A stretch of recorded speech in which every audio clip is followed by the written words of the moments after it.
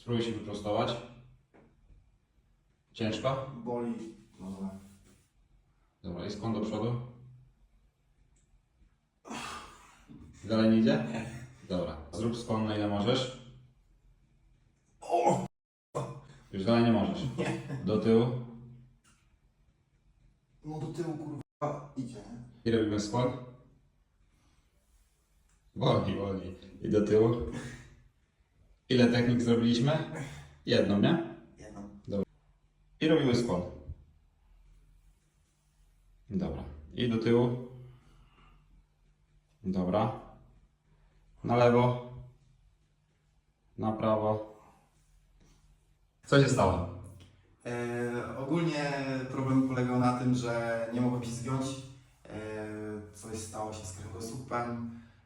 Nie mogłem się ubrać, nie mogłem ubrać skarpetek. Jak to się